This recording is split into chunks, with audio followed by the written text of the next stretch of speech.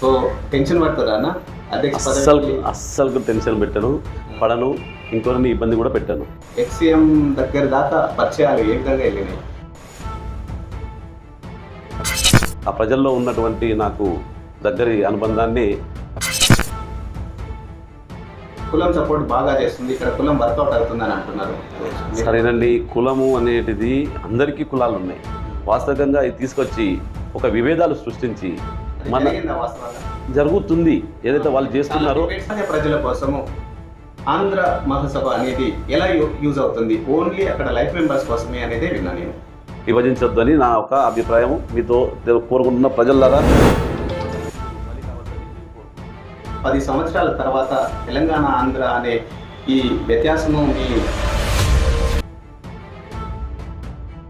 ఆ ఒక తప్పు ఆరోపణలు పెట్టడము, ఆరోపణలు కూడా ఎలా పెడుతున్నారంటే ముంగటి వారికి ఒక క్వశ్చన్ మార్క్ లాగా పెడుతున్నారు. ఆ ఆంధ్ర మహాసభ అధ్యక్ష పదవికి ఇంత పోటీ ఉంటుందా, దానివల్ల అసలు ప్రయోజనము ఇంత ఉంటుందా అనేది ప్రజల్లో చాలా ఆసక్తికరంగా ఉన్నారు. సార్ చూడండి, మేము ప్రజాసేవకులు. వాళ్ళు ఎప్పుడు కూడా చిన్న పోస్ట్ నుంచి రాలేదు, డైరెక్ట్ పెద్ద పోస్టుకి వస్తున్నారు. అన్ని తానే అన్ని నేనే చూపిస్తున్నాడు, అది డిక్టేటర్షిప్గా లాగా ఉన్నది అనేది ప్రజల్లో ఒక టాక్. నమ్మశక్యం లేనటువంటి ఆరోపణలు పెట్టి మమ్మల్ని బ్లేమ్ చేయడం తప్ప వాళ్ళు ఏ రకంగా దాన్ని యూజ్ చేసుకోవాలి, ఏ రకంగా ముందుకు వెళ్ళాలి,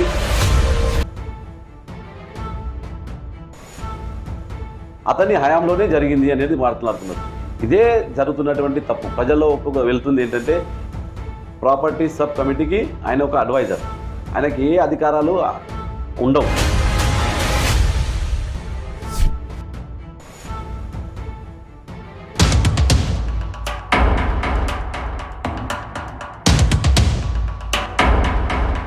నమస్తే friends, welcome to our channel. This is KNR. మీరు చూస్తున్నారు అక్షర టీవీ.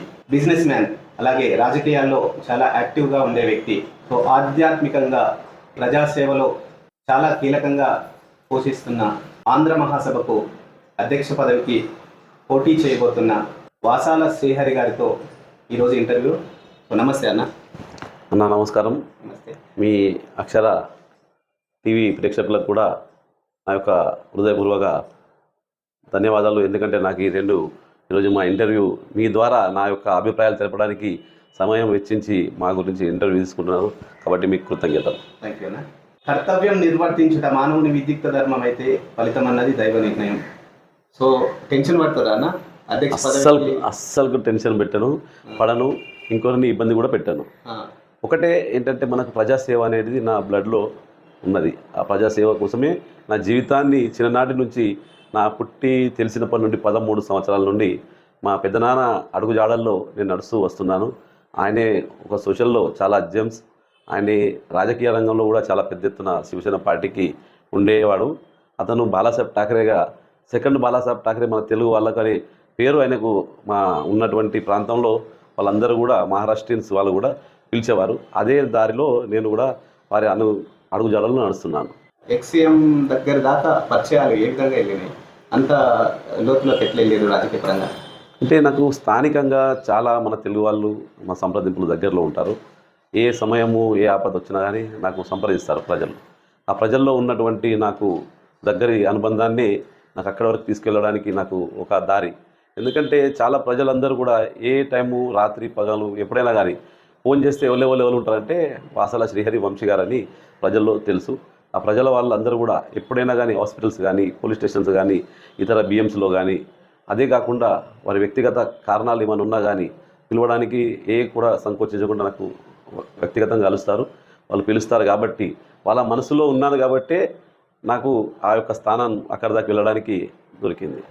అయితే చాలా రోజులుగా, అంటే కనీసం ఒక 15 yearsగా మీరు ఆంధ్ర మహాసభలో యాక్టివ్గానే ఉన్నారు. ఏదో ఒక పదవి ద్వారా మీరు సేవలు చేస్తూనే ఉన్నారు. ఇప్పుడు ఇమ్మీడియట్గా అధ్యక్ష పదవితోనే నేను సేవలు ఇంకెక్కువ చేయగలనని వెళ్తున్నారా? లేకపోతే ఏంటంటే ఆంధ్ర మహాసభ ఎన్నికలంటేనే కాంట్రవర్సీకి పెట్టిన పేరు. సో దాంట్లో వెళ్ళాలి అని అంటే మీలాంటి వాళ్ళు, అంటే ఒక సాఫ్ట్ కార్నర్ ఉన్న వాళ్ళు, ఇంతవరకు ఎక్కడ కాంట్రవర్సీలోకి వెళ్ళని వాళ్ళు దాంట్లోకి వెళ్తే కొంత కాంట్రవర్సీ అయ్యే అవకాశం ఉంటుంది, కొంతవరకు శత్రుత్వాన్ని పెంచుకునే అవకాశం కూడా కొంతవరకు ఉంటుంది. మరి ఇప్పుడు ఎందుకు మీరు వెళ్ళాల్సి వస్తుంది? మీరు అడిగిన ప్రశ్న చాలా మంచి ప్రశ్న. వాస్తవికంగా నేను డైరెక్ట్గా రాలేదు. ముందుగా నేను వచ్చింది ఒక సభ్యుడిగా వచ్చాను. సభ్యుడిగా 2007-8 మధ్యలో నేను పోటీ చేశాను. అప్పుడు మల్లికార్జున రెడ్డి గారు అధ్యక్ష హయాంలో నేను పోటీ చేశాను. నాకు ఆ సంప్రదింపులు ఆంధ్ర వాళ్ళతో, తెలంగాణ వారితో, అందరి మన తెలుగు బాంధవులతో సంప్రదింపులు చాలా దగ్గర అనుబంధం. నాకు చాలామంది నాతో ఉన్నారు కాబట్టి నేను ఆ చిన్న పోస్ట్ నుంచి నా యొక్క ఫస్ట్ స్టెప్ అక్కడి నుండి చేశాను. ఆ తర్వాత జాయింట్ లిటరేచర్ సెక్రటరీగా పనిచేశాను. ఆ తర్వాత ట్రస్ట్ బోర్డులో కూడా పనిచేశాను.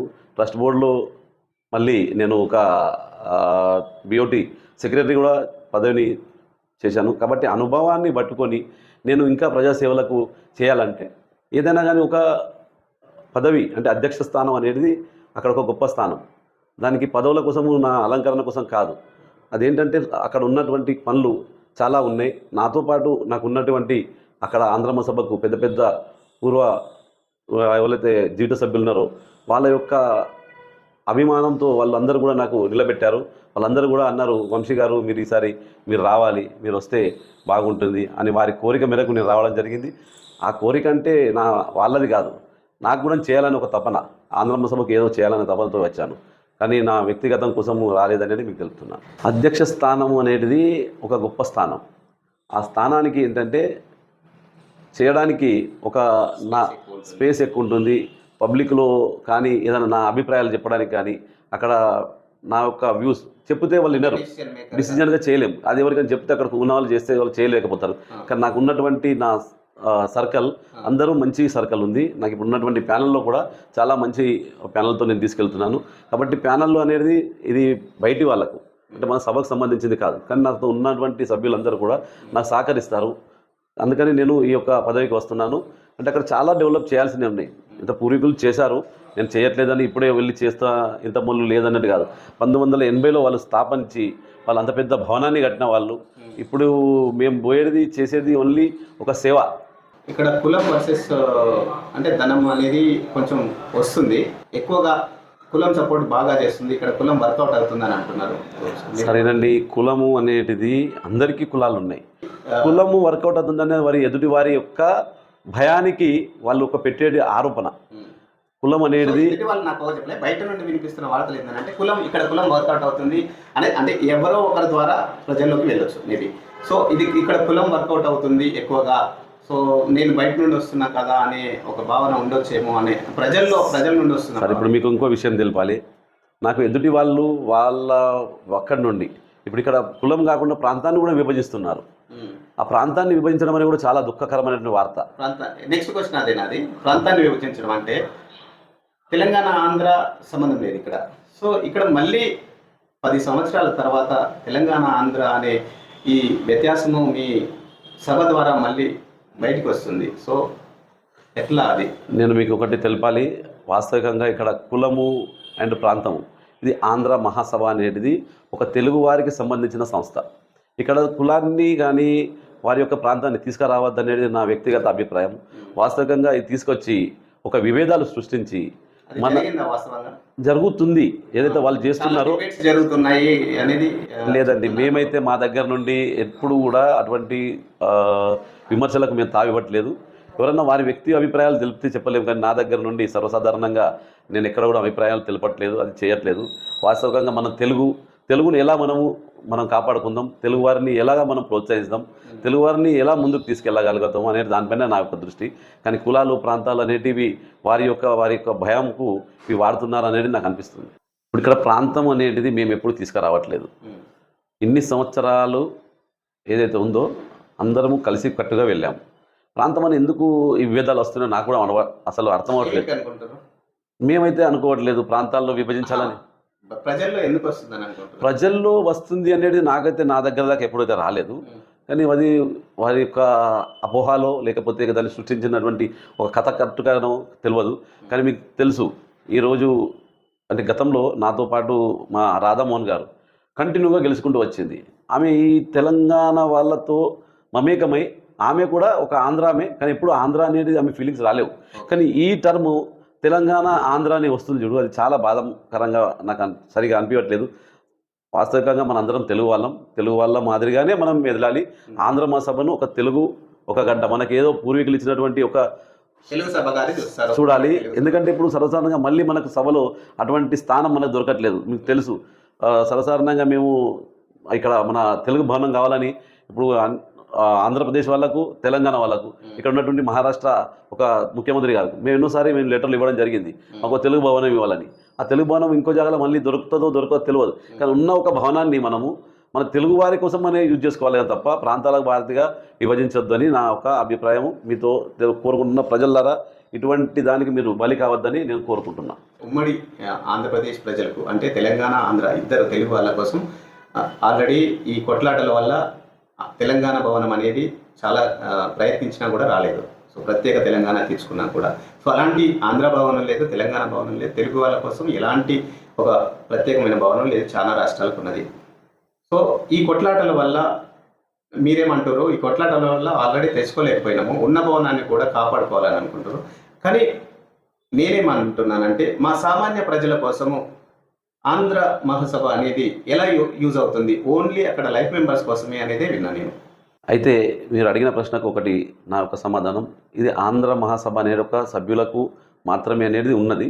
కానీ నేను వచ్చిన తర్వాత తప్పనిసరిగా తెలుగు ప్రజలకు అంటే మన 2 రాష్ట్రాల తెలుగు ప్రజలకు ఎలా ఉపయోగపడతాం అనేది దానిపైన నేను యొక్క ఫోకస్ ఉంటుంది. దానికోసమే నేను సేవ చేయడానికి ఇప్పుడు ముందుకు వచ్చాను. ప్రెసిడెంట్ అనేది ఒక సేవ చేయడానికి అదొక మనకు దాని ద్వారా నేను ప్రజలకు వెళ్ళడానికి ఒక బీద ప్రజలు ఉంటారు, వాళ్ళకు హాస్పిటల్కి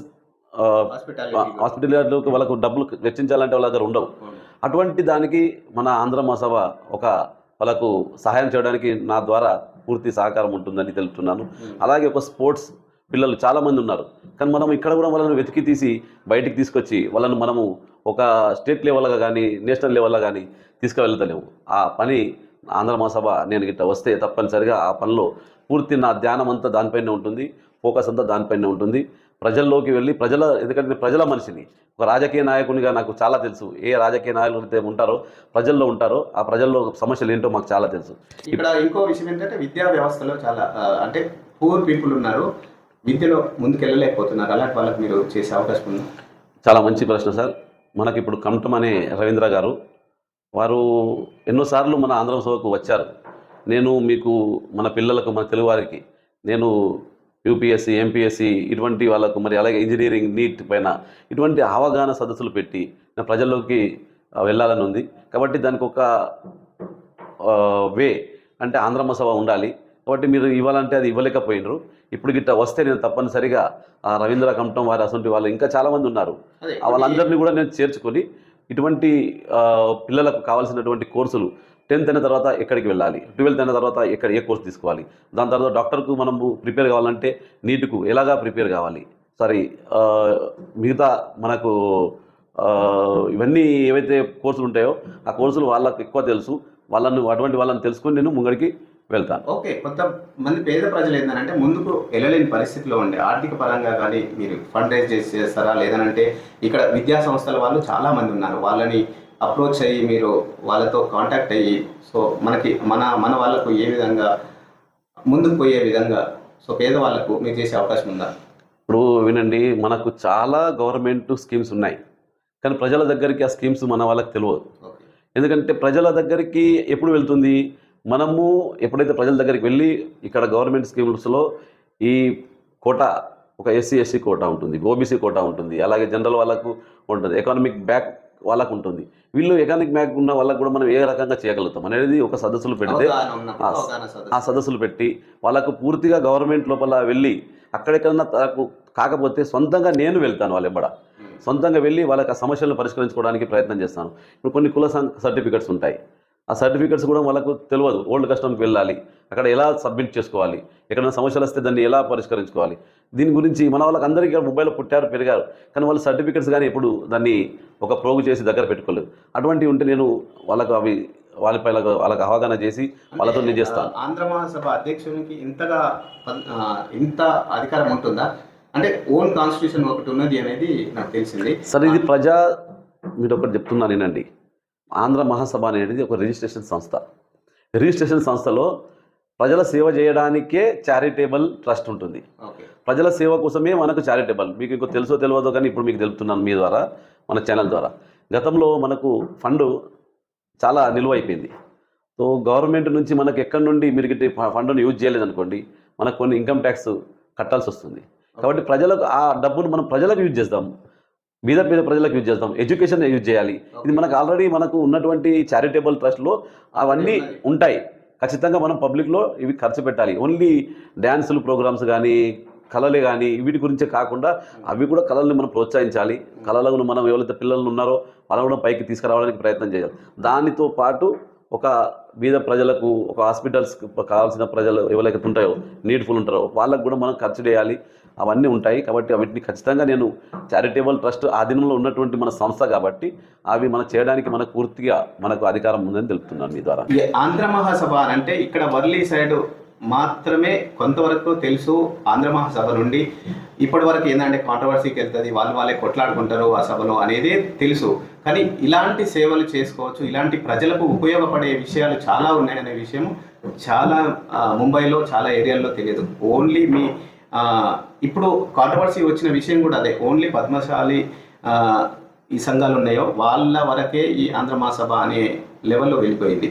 అదే ప్రతి ఒక్క దగ్గరికి వెళ్ళి మీరు చేసే అవకాశం ఉందా? ఇది సరే వినండి, ఇది మళ్ళీసారి చెప్తున్నాను, కుల సంఘాలు మాకు చాలా ఉన్నాయండి. ఆ కుల సంఘాల్లో మేము పదవులు కూడా చేసుకున్నాం. కానీ ఆంధ్ర మహాసభ అనేది అందరిది, అంటే అన్ని కులాలకు కావాల్సిన తెలుగు అనేది ఒకటి మన ఆంధ్ర మహాసభ. ఇది ఆంధ్ర వాళ్ళకు, తెలంగాణ వాళ్ళకు కాదు. ఇప్పుడు మరోసారి చెప్తున్నాను, ఆంధ్ర తెలంగాణ వాళ్ళకు కాదు, ఇది ఒక పద్మశాలిల వరకు కూడా కాదు. కాబట్టి ఇవి ఏవైతే ఉన్నాయో కార్యక్రమాలు మేము ఇప్పుడు ఏదైతే మేము బీద ప్రజలు ఉన్నారు, కావాల్సిన నీడ్ పీపుల్ మనకు ధారావి అక్కడికి మేము వెళ్తాము. అలాగే మన ఎంటఫీల్ ఉంది, అక్కడ కూడా బీద ప్రజలు చాలా ఉన్నారు, మన తెలుగు వాళ్ళు చాలా ఉన్నారు. మ్యాక్సిమం మా యొక్క ప్రయత్నం ఏంటంటే తెలుగు ప్రజలు మన వాళ్ళు ఎక్కడ తెలుగు ప్రజలు అయితే ఉన్నారో వాళ్ళు కూలీలుగా ఎక్కడి నుంచి వస్తున్నారు. ఇప్పుడు మల్లాడు జట్టిలో అక్కడ కూడా మన తెలుగు ప్రజలు ఉన్నారు, కూలీ పని చేసుకుని బతికిన వాళ్ళు. ప్రతి ఏరియాలో మన తెలుగు వాళ్ళు ఉన్నారు. ప్రతి ఏరియాకు మేము ఖచ్చితంగా తీసుకెళ్తాము, ప్రతి ఏరియాకు మేము వెళ్తాము కంపల్సరీ. ఇన్ని రోజులు మనం చేయలేము. మీకు ఒకటి మన ఛానల్ ద్వారా మరోసారి తెలుపుతున్నా, మల్లికార్జున రెడ్డి గారు ఉన్నప్పుడు అండ్ రమేష్ బాబు గారు ఉన్నప్పుడు ఆ హయాంలో ఈ సంస్థలన్నింటినీ, అంటే మన మాతృ సంస్థగా ఉన్నటువంటి ఆంధ్ర సభకి అనుసంధానం చేశారు వాళ్ళు. ఎప్పుడైతే ఒక సంఘం ఉంది, ఈ తెలుగు కళా సమితి ఉంది, దీన్ని అనుసంధానంగా మనం అంటే వాళ్ళతో సంప్రదింపులు చేయడం, పద్మశాలి సమాజ మండలి ఉంది అక్కడ సంప్రదించి చేయడం, అలాగే మన తెలుగు సంఘం ఉంది, అలాగే మున్నూరు కాపు సంఘం ఉంది, వీళ్ళందరినీ వాళ్ళు కలిపి 128 సంఘాలని అవన్నిటికీ కలిపి ఒక సంఘానికి మన మాతృ సంస్థగా ఆంధ్రమ సభ అనేది చేర్చారు. అవి ఏవైతే ఇప్పుడు మనకు దూరమైనాయో వాళ్ళకి దగ్గర అవ్వడానికి నా ద్వారా ఈసారి ఖచ్చితంగా వాళ్ళ దగ్గరికి వెళ్తాను.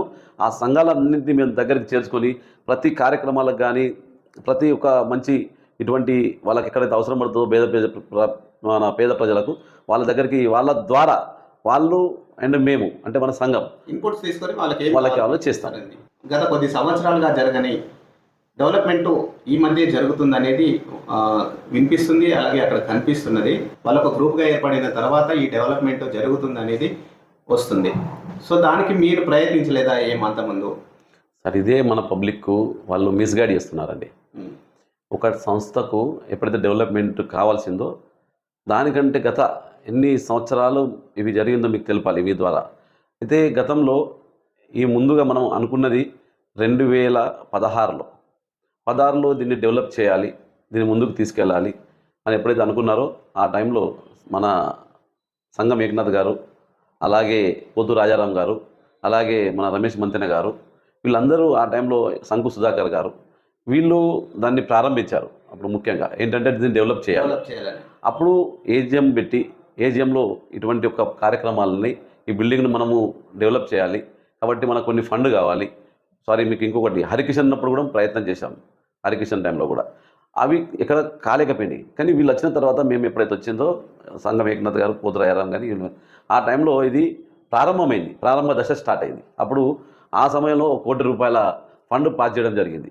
ఆ ఫండ్ పాస్ చేసి కంప్లీట్గా మన 10 రూములు అవి చూడలేకపోతాం.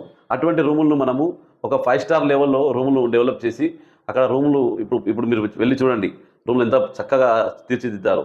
మనం హోటల్స్కి వెళ్తే అవే ₹4,000 ₹5,000 అవుతాయి. కానీ మన ఆంధ్ర సభకి వస్తే ₹2,000 రూములు ఇస్తున్నాం. కానీ అది ఏంటంటే మనం పబ్లిసిటీ చేసుకోలేదు, ఆ పబ్లిసిటీ పబ్లిక్లో పెట్టలేము. అదేంటంటే ఇది టెక్నాలజీ పరంగా మన వాళ్ళు యూజ్ చేసుకోక అది మీకు మైనస్ అయ్యే అవకాశం ఉంది కదా. ఎందుకంటే మీరు పబ్లిసిటీ చేసుకోకపోవడం వల్ల దీనిలో ఒకటి మైనస్ ఏంటో నేను చెప్తా. నాకు తెలిసిన చాలా మంది ప్రజలు, తెలంగాణ ప్రజలే కానీ, ఆంధ్ర ప్రజలే కానీ, అమ్మాయిలు చాలా మంది జాబ్స్ చేసుకోవడానికి ఇక్కడికి వస్తుర్రు. వాళ్ళు చాలామంది నాకు కూడా కాల్ చేసి ఇక్కడ ఏదైనా సేఫ్ ప్లేసెస్ ఏమైనా ఉన్నాయా, సో ఉండి మేము అట్లీస్ట్ మేము హాస్టల్ తీసుకున్నంత వరకు అక్కడ సేఫ్ ప్లేస్ మేము ఇక్కడ జాయిన్ అయినంత వరకు అని చాలామంది కాల్ చేస్తుంటారు. నేను చాలామందికి ఇక్కడ కాల్ కూడా చేయడం జరిగింది నాకు తెలిసినంత వరకు. సో అలాంటి వాళ్ళు చాలామంది ఉండొచ్చు. మీరు ప్రొజెక్ట్ చేసుకోలేకపోతే సో ఎలా యూజ్ అవుతుంది అది? మీరు లేదండి, మీరు అది అపోహపడుతున్నారు. ఆల్రెడీ పబ్లిక్, మన ప్రజలు ఆంధ్ర నుంచి, తెలంగాణ నుంచి, హైదరాబాద్ నుంచి చాలామంది వస్తారు. వస్తే ముందుగా సంప్రదించేది మన ఆంధ్రమ సభకే. వెబ్సైట్లో కూడా మన ఆంధ్రమ సభ గురించి అన్ని రూమ్స్ కానీ ఇవన్నీ పెట్టాం పబ్లిక్. కానీ ఏదైతే మేము ఇంటీరియర్ ఏదైతే చేసినామో అది పబ్లిక్ చూపించలేము. అది ఏంటంటే పబ్లిక్ చూపించేది ఏదైతే ఉందో వాళ్ళు ఈ రకంగా చూపిస్తున్నారంటే ఇది మేమే చేసాము. ఇంతకుముందు 10 సంవత్సరాల నుండి ఇది చెత్త కుప్పలాగా పడిపోయింది, ఎవరు చేయలేరు, దాన్ని మేము తీసుకొచ్చి తీర్చిదిద్ది ఒక సుందరంగా చేసామని ఒక ఏదైతే పెట్టుకుంటున్నారో చాలా తప్పు. దానికంటే ముందు ఎన్నో ప్రక్రియలు ఉంటాయండి.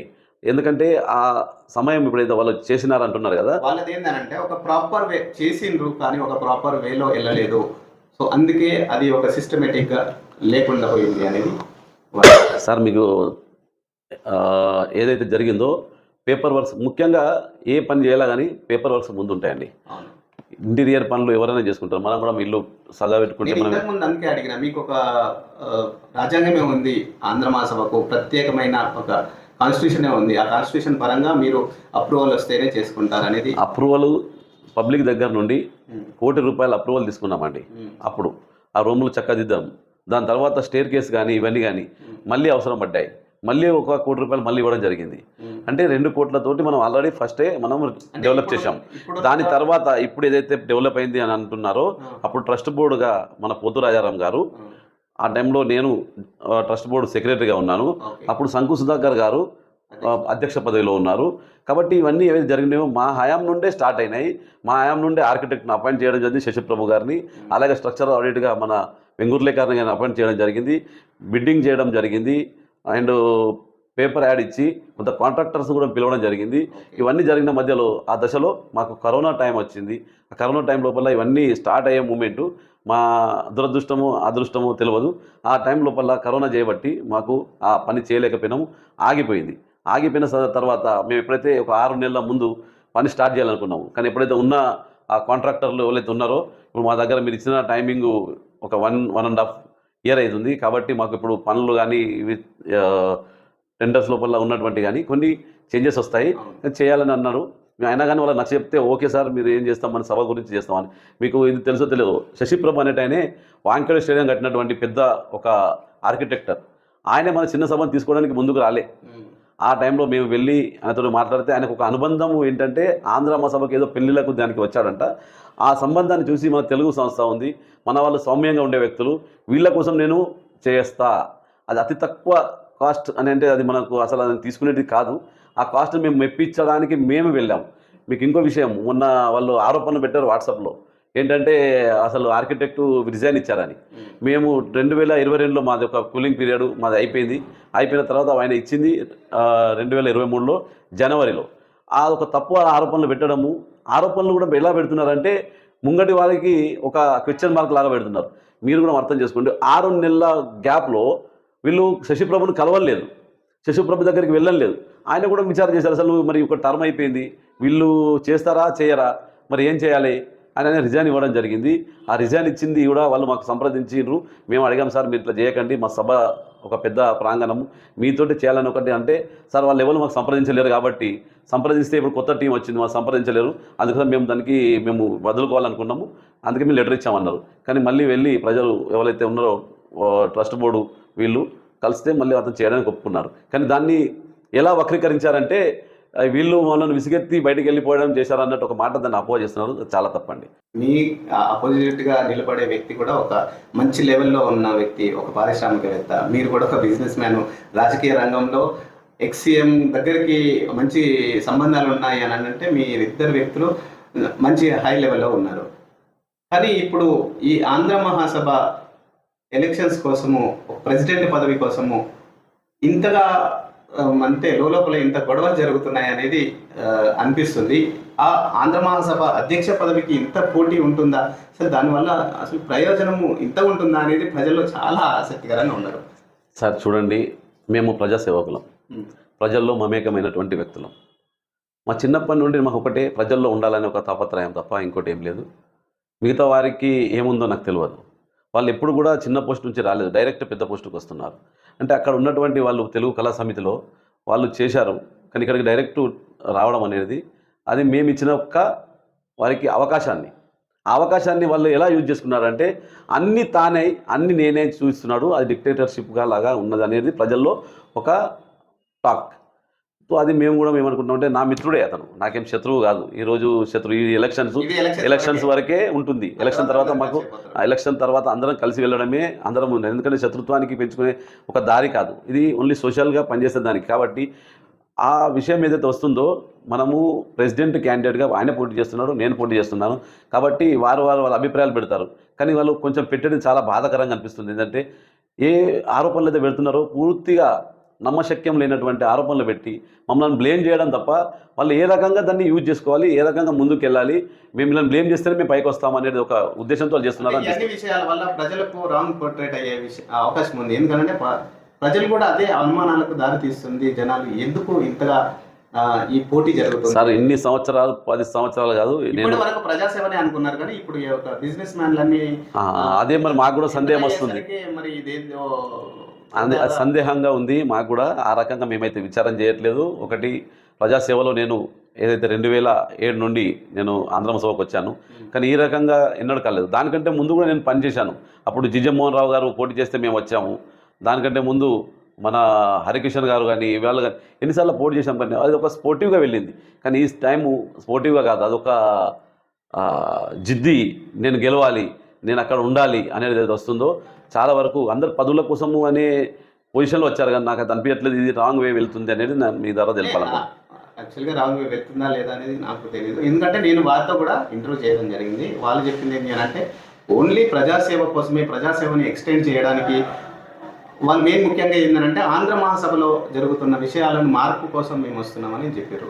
మేనిఫెస్టోలో చూడండి ఏమని ఉందనంటే, ఆయన హయాంలో, మళ్ళీ అక్కడ సెంటెన్స్ వస్తుందంటే అతని హయాంలోనే జరిగింది అనేది మాట్లాడుతున్నారు. ఇదే జరుగుతున్నటువంటి తప్పు. ప్రజల్లో వెళ్తుంది ఏంటంటే ఇదేంటి ఆయన హయాంలో అనేది, ఆయన ఓన్లీ ఒక అడ్వైజ్ ఇవ్వడానికి, ఒక ప్రాపర్టీ సబ్ కమిటీకి ఆయన ఒక అడ్వైజర్. ఆయనకి ఏ అధికారాలు ఉండవు. ఏదైనా కానీ ప్రెసిడెంట్, సెక్రటరీ వారి కమిటీ అప్రూవల్ ఇచ్చిన తర్వాతనే అక్కడ ఏ డబ్బులు శాంక్షన్ కావాలన్నా ఏదైనా కానీ అప్రూవల్.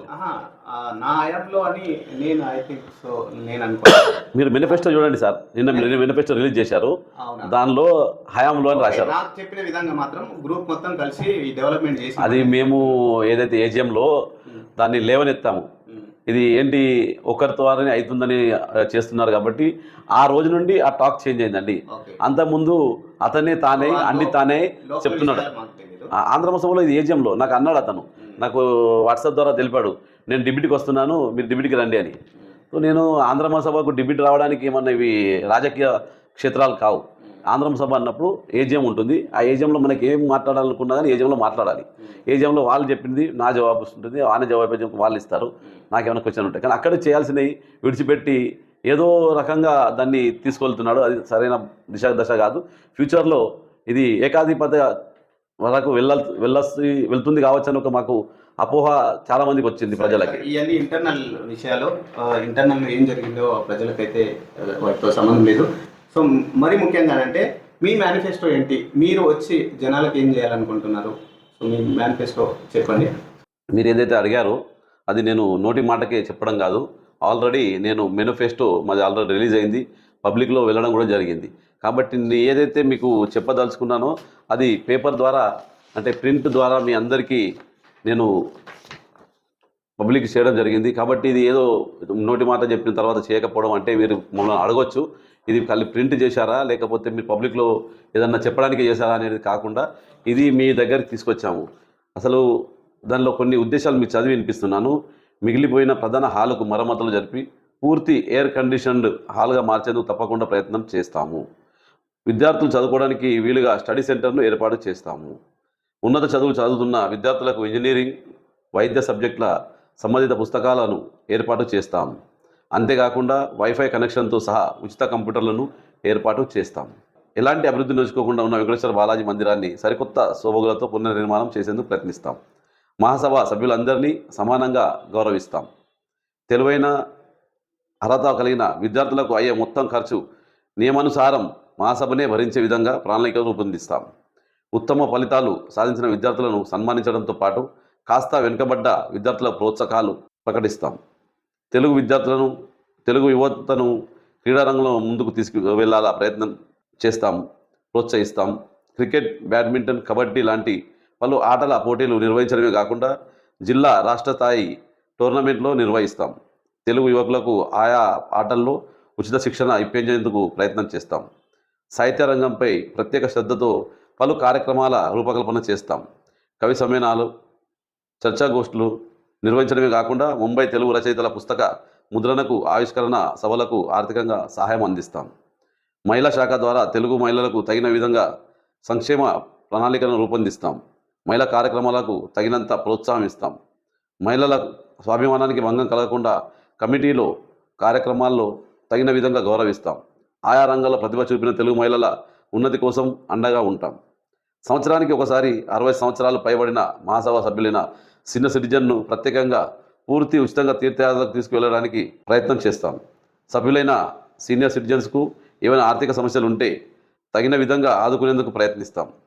మహాసభ కార్యకలాపాల కోసం డిజిటలైజేషన్ వ్యవస్థను ఏర్పాటు చేసి ఆర్థిక అవినీతికి చోటు లేకుండా జాగ్రత్తలు తీసుకుంటాం.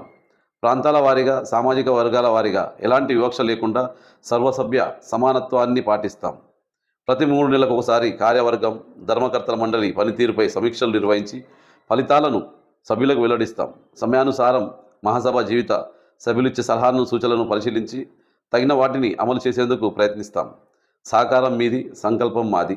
సత్ఫలితాలకు హామీ సిద్ధి సాయి ప్యానల్ది. ఇంకో విషయం ఇందులో మేము యాడ్ చేయలేకపోయినాము, అది ప్రింట్ అయింది. కొన్ని డాక్టర్స్ గ్రూప్ ద్వారా మాకు కొన్ని సూచనలు వచ్చాయి. ఏంటంటే, మన బీద ప్రజలు ఎక్కడెక్కడో ఉంటారు. వాళ్ళు ఏమన్నా డాక్టర్ దగ్గరికి వెళ్ళినాక వాళ్ళకి కొన్ని సమస్యలు వస్తాయి. సమస్యలు అంటే ఆర్థిక పరంగా, ఆరోగ్యపరంగా బీద ప్రజలు ఉన్న వాళ్ళకు ఏదైతే సెకండ్ ఒపీనియన్గా డాక్టర్స్ దగ్గరికి మళ్ళీ వెళ్ళడం అంటే ఆ డబ్బులు వెచ్చించేంత వాళ్ళ దగ్గర ఉండవు. అటువంటి వారికి ఒక డాక్టర్స్ గ్రూప్ను ఒక ప్యానెల్ మాదిరిగా ఏర్పాటు చేసి ఆంధ్ర మహాసభలో ఒక డిస్ప్లే బోర్డు పెట్టి వాళ్ళను సంప్రదింపులు, వాళ్ళు ఎందుకంటే డిస్ప్లే బోర్డు ఎందుకు పెట్టాలంటే వాళ్ళు ఎటువంటి హోదాలో ఉన్నారు, ఎంఎస్ఆ, ఎండియా, లేకపోతే పెడిస్ట్రేషనా, లేకపోతే ఇంకా ఏ దాంట్లో ఉన్నాడు, ఈఎన్టికా, కంటికా, ఎటువంటి దాంట్లో స్పెషలిస్ట్ ఉన్నారో వాళ్ళ అక్కడ డిస్ప్లే పెడతాము. వాళ్ళ దగ్గరికి వెళ్ళొచ్చు. వాళ్ళ నంబర్స్, ఫోన్ నెంబర్స్ మన ఆఫీస్లో ఉంటాయి. వాళ్ళని సంప్రదించి వాళ్ళ యొక్క సెకండ్ ఒపీనియన్స్ కోసం ఫ్రీ ఆఫ్ కాస్ట్గా వాళ్ళు చేయడానికి ప్రయత్నం చేస్తామని చెప్పారు. వాళ్ళు పూర్తిగా ప్రయత్నం కాదు, కంప్లీట్గా మేము చేస్తామని వాళ్ళు ఒక మాకు హామీ ఇవ్వడం జరిగింది.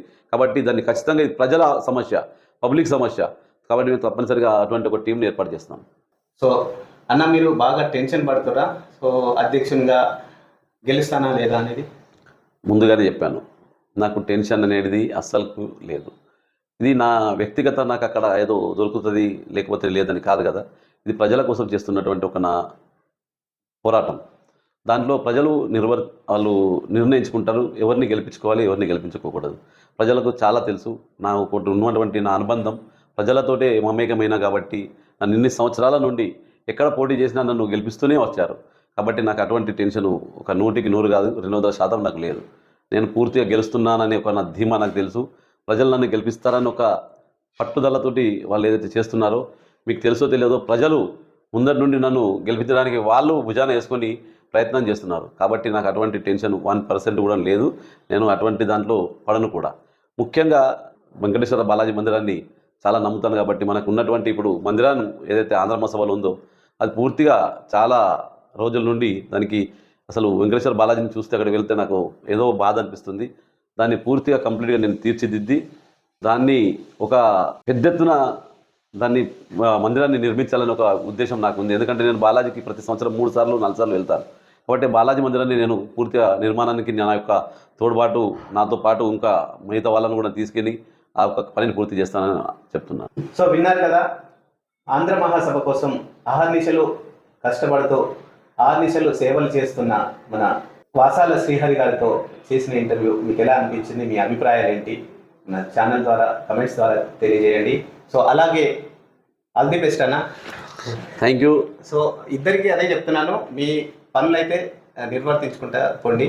సో ఆ ఫలితం అనేది జనాలు చెప్తారు ఏంటి అనేది. సో ఇద్దరికి ఆల్ ది బెస్ట్ చెప్తున్నాను. సో మీ అక్షర టీవీకి నా మనస్ఫూర్తిగా నా అభినందనలు తెలుపుతున్నాను. గెలుపోటములు దైవదినం కాబట్టి గెలుపు అనేది ఓటమి అనేది రెండు కూడా సమానంగా నేను స్వీకరిస్తాను. గెలుపును ఎంతైతే స్వీకరిస్తానో ఓటమిని కూడా అలాగే స్వీకరిస్తాను. కానీ దీంట్లో ఎక్కడ కూడా నేను నా యొక్క సమాజ సేవను ఆపను. కాబట్టి మీరు నాకు ఏ రోజైతే ఇంటర్వ్యూ ఇచ్చి నా గురించి మీరు ఇంత శ్రమించి వచ్చి మా ఇంటర్వ్యూ తీసుకున్నారో, ఈ యొక్క ఇంటర్వ్యూ ద్వారా నా యొక్క గెలుపు ఖచ్చితంగా ఖాయమని నేను కోరుకుంటున్నాను. మీ అందరి ద్వారా నాకు ఇది గెలుపుకు మీరే కారకులు అవుతారని నాకు ఒక ధీమా ఉంది. Thank you. కారకులని అంటే మనం ఏం చేయలేము, మీ పని మీరు చేసుకుంటే వెళ్ళండి, ప్రజలు నిర్ణయిస్తారు ఏంటి. అది కాదండి, ఎందుకంటే నా యొక్క వ్యూస్ నా లోపల ఉన్నటువంటి మీ ద్వారా తెలుపుతున్నాను. ఇప్పుడు ఏంటంటే ప్రజలు ఇంటికలా కూర్చుండి వాళ్ళు చూస్తారు, కానీ అన్ని జాగాలో రాలేరు. కాబట్టి మీ ద్వారా తెలిపేది అయితే మాకు అవకాశం ఇచ్చారో దానికి నేను కృతజ్ఞుడని చెప్తున్నాను, అంతే. థ్యాంక్ యూ సో మచ్ అన్న, థ్యాంక్ యూ సో మచ్. మీరు ప్రజల కోసం సేవ చేస్తానని అంటే మాకు కూడా బాగా సంతోషం. సో ఏదేమైనప్పటికీ ఎవరు వచ్చినా పర్వాలేదు, కానీ ప్రజలకు న్యాయం జరగాలి, ప్రజలకు సేవ జరగాలి, ప్రజల వద్దకు వెళ్ళాలి అనేది నా అభిప్రాయం. So thank you so much, thank you friends. So Siddhi Sai panel ద్వారా వస్తున్న ప్రజల వద్దకు వస్తున్న శ్రీ వాసాల శ్రీహరి గారికి సపోర్ట్ చేయండి. Thank you so much, thank you. So అలాగే మన ఛానల్ చూస్తున్న ప్రతి ఒక్కరూ సబ్స్క్రైబ్ చేసుకోండి, అలాగే ఈ వీడియోని లైక్ చేయండి, అదే మరింత మందికి చేరే విధంగా షేర్ చేయండి. థ్యాంక్ యూ సో మచ్ అన్న. థ్యాంక్ యూ అన్న, ధన్యవాదాలు. మీ అందరికీ ఒక విన్నపం. ఈరోజు మన కిశోర్ నరసయ్య గారు అక్షర ఛానల్ను ప్రారంభించాడు. దానికి మీ అందరి ఛానల్ సబ్స్క్రైబ్ చేయండి, లైక్ చేయండి, మరియు దాన్ని పబ్లిక్లో తీసుకొచ్చే ప్రయత్నం చేసి మన ఒక తెలుగువాడిని ప్రోత్సహించే ప్రయత్నం చేయాలని నా యొక్క విన్నపం. థ్యాంక్ యూ సో మచ్ అన్న, థ్యాంక్ యూ.